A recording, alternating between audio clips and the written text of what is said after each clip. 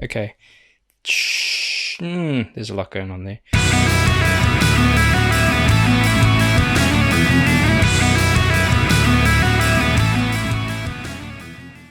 Welcome back and thank you for joining me for another reaction video. If you are new here, don't forget to punch that subscribe button and turn on those notifications, and then you'll be alerted as soon as these go live. Now today we are looking at a band called Unlucky Morpheus, fun name, and a song called Black Pentagram, not as fun a name. And we're looking at them because on a previous reaction I did to a band called Love Bites, I got quite a few requests to look at them, and I was like, there must be something to it. I wonder why they're getting brought up in this conversation, which is like a power metal kind of thing, and what if there are any similarities. And I quite like them, so hopefully I like these guys too. Yeah, Unlucky Morpheus, Black Pentagram. Let's see what you got.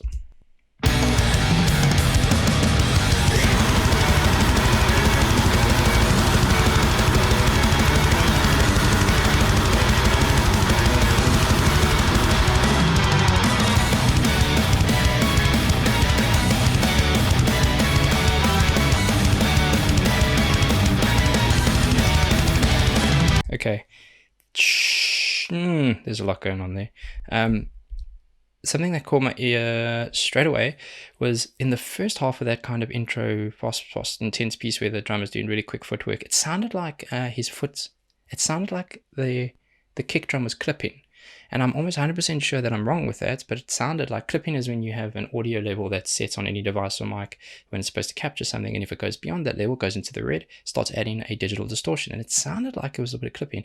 It didn't sound like a bad thing. It sounded like whatever they were doing was deliberate.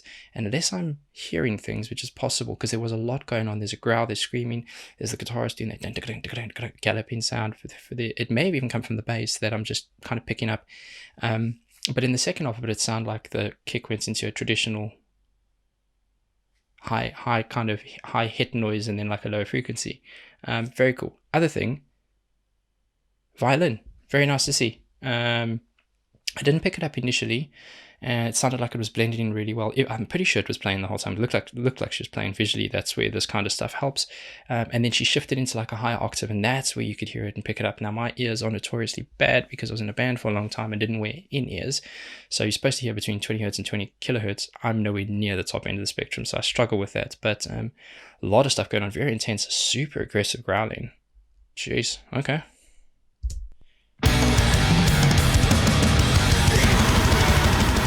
Who's screaming? The guitarist.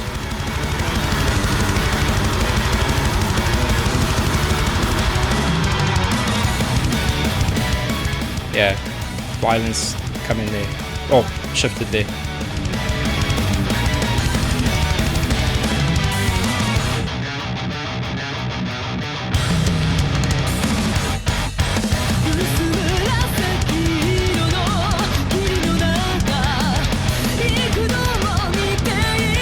Okay.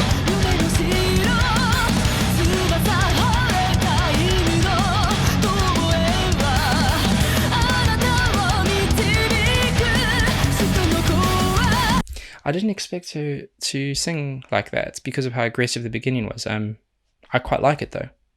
I kind of get why they were brought up in the conversation because of some of the technical elements and the intensity. I kind of get it why they were brought up alongside Love Bites. I think they sound completely different, but yeah, I'm enjoying this.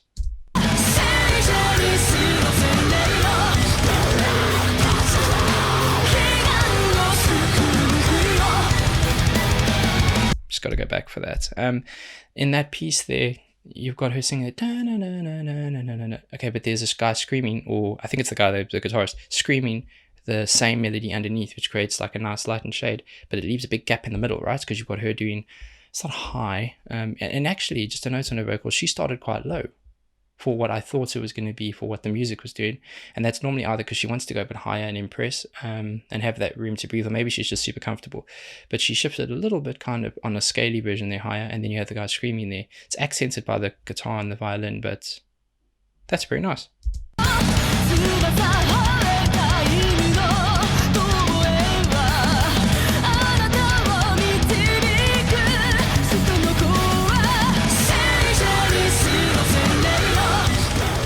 She hasn't gone that high at all, it's just contrast.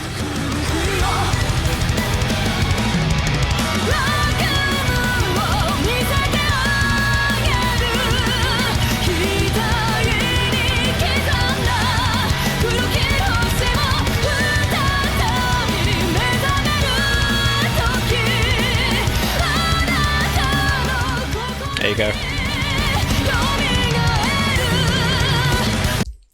I like that chorus. It's got to be the chorus. Too catchy.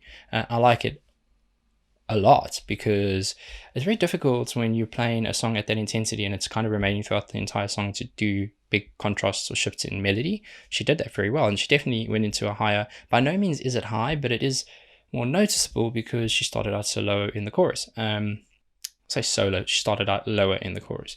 The drummer's doing work, man. It's just, I guess when I was younger, I used to criticize drummers who played at that kind of intensity, going, well, I know you can play, I know you're quick, but like, you know, where's the light and shade? And I guess I thought I knew better, but that's not what this calls for. And there's a I have a real appreciation for the stamina and the physicality it takes to keep that up throughout a song. So very, very cool. Great hook, great chorus. And the violin is perfect. It's not like, oh, they had a friend who played violin or a feature. It feels like it's part of the band.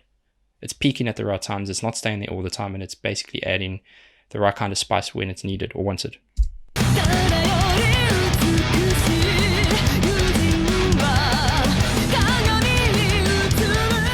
It's a 5-string bass.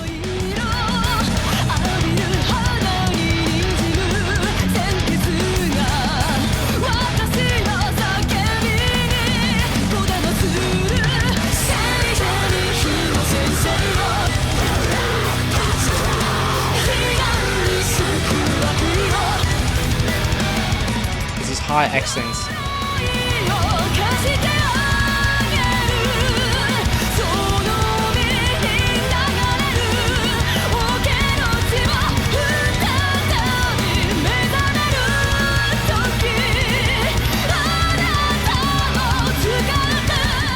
Go get it.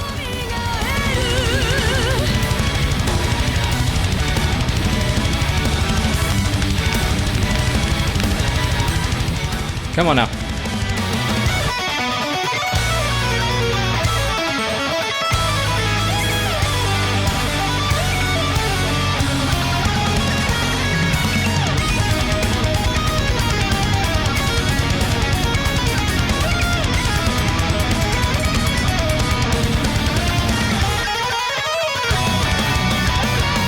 There you go.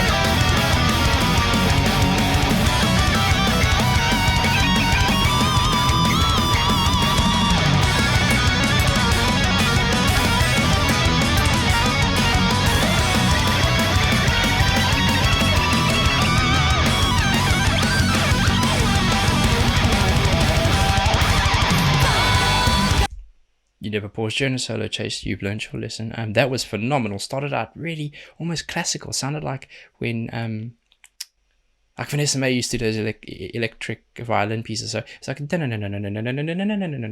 he's doing that, and that sounds like something you would traditionally hear on a formal training from someone playing an acoustic guitar where they've got a kind of uprights in their lap. Very cool. Super technical. Just great musicians. Nice to have kind of the solo within the solo where the second guitarist joined in with the harmonies and the tapping. No room for error there. Loved it. Let's continue. This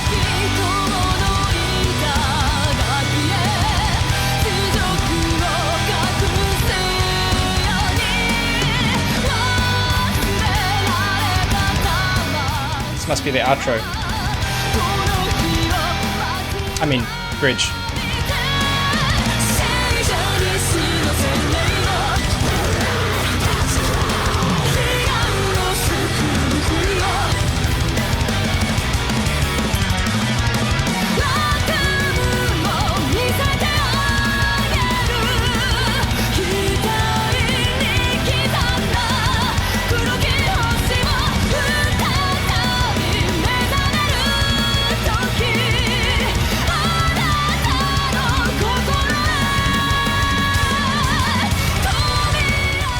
Knew it was coming.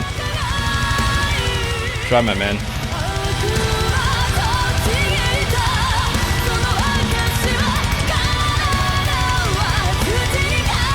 Also really appreciate he's doing a lot of like ride work on one of his, like on his ride, his cymbal. He's hitting like the bella bits, and that's like nice accents to just break up the swoosh of high-end cymbal work.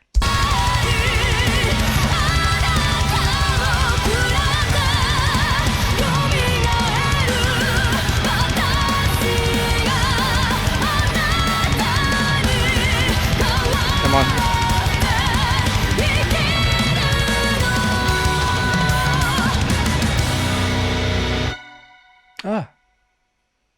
Oh, I like the logo too. They just seem fun.